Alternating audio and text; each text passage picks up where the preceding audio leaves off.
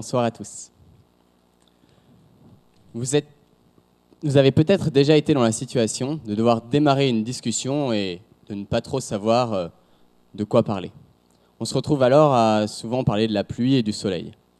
Moi, la pluie, j'ai choisi d'en faire mon sujet de thèse pour 3 ans. Alors je vais essayer de vous montrer qu'on peut en dire des choses intéressantes. Plus spécifiquement, je vais vous parler de la pluie en ville. En ville, on a imperméabilisé quasiment la totalité du sol. Donc notre ville, elle forme comme un immense parapluie. Ce parapluie, il empêche l'eau de suivre son cycle naturel.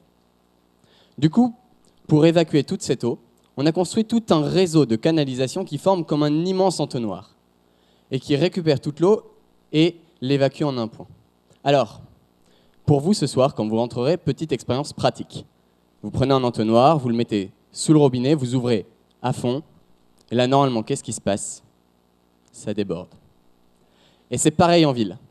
Quand il y a un orage, qu'il pleut fort, l'eau va ruisseler sur notre parapluie, aller saturer les réseaux et les faire déborder. Tout ça, ça contribue à aggraver les inondations comme celles qu'on a pu connaître malheureusement ces dernières semaines. Alors les scientifiques, ce qu'ils proposent comme solution, c'est d'avoir une ville qui serait plutôt comme une éponge, qui absorberait l'eau. Le problème, c'est qu'entre les idées scientifiques et la mise en pratique, c'est difficile. C'est là que ma thèse, elle intervient. Pour essayer de donner des outils, aider les décideurs, les aménageurs, à utiliser les revêtements perméables dans l'aménagement des villes. Alors, les revêtements perméables, c'est quoi?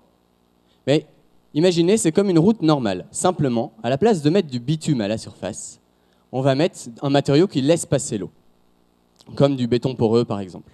Cette eau, elle va rentrer à l'intérieur, elle va pouvoir s'infiltrer dans le sol en dessous, au passage recharger les nappes phréatiques, elle va pouvoir être évaporée et ainsi refroidir nos villes l'été.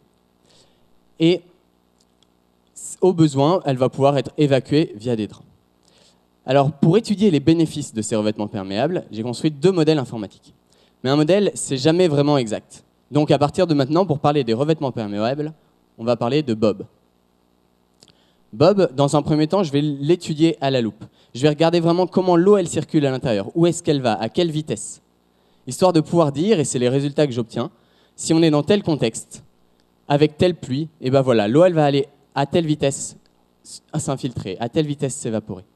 À partir de ces résultats, j'ai construit un 2e modèle. Cette fois-ci, ça va me permettre d'étudier où est-ce qu'il faut mettre Bob en ville et dans quelle proportion pour qu'on arrive à limiter les inondations. Je vais étudier des cas concrets en Normandie pour pouvoir répondre à ces questions. Et que demain, les aménageurs, les décideurs ici dans cet hémicycle puissent prendre les bonnes décisions pour que nos villes normandes soient les plus beaux Bob l'éponge. Merci.